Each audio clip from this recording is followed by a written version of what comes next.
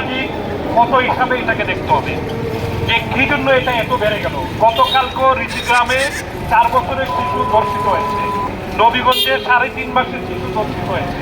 আমাদের কষ্ট হয় যখন আমাদের বয়স্ক প্রবীণ ব্যক্তিত্বকে রাস্তায় নামতে হয়, যখন আমাদের সন্তানকে রাস্তায় নামতে হয়, যখন আমার মাকে রাস্তায় নামতে হয়, তার নিপীড়নের বিরুদ্ধে, ধর্ষণকারীদের বিরুদ্ধে, ন্যায্য বিচারের দাবিতে।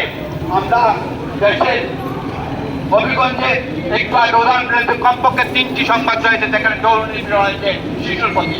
আমরা এইগুলো যেন যেন বন্ধ হয়, এই জন্য সামাজিক আন্দোলন সহ দেশের আইন শৃঙ্খলা পরিস্থিতি, প্রশাসন, পুলিশ প্রশাসন, জেলা প্রশাসন সবাইকে উদাত্ত আহ্বান জানাচ্ছি কঠোর হচ্ছে সেটি দমন করা। এ পর্যায়ে সংক্ষেপে কথা বলছেন অ্যাডভোকেট মনসুরউদ্দিন আহমেদ ইকবাল, তিনি হবিগঞ্জের বয়োজ্যেষ্ঠ প্রবীণ ব্যক্তিত্ব, হবিগঞ্জ প্রাক্তনের প্রতিষ্ঠাতা সভাপতি এবং বাংলাদেশ পরিবেশ আন্দোলন বাপা হবিগঞ্জের সভাপতি।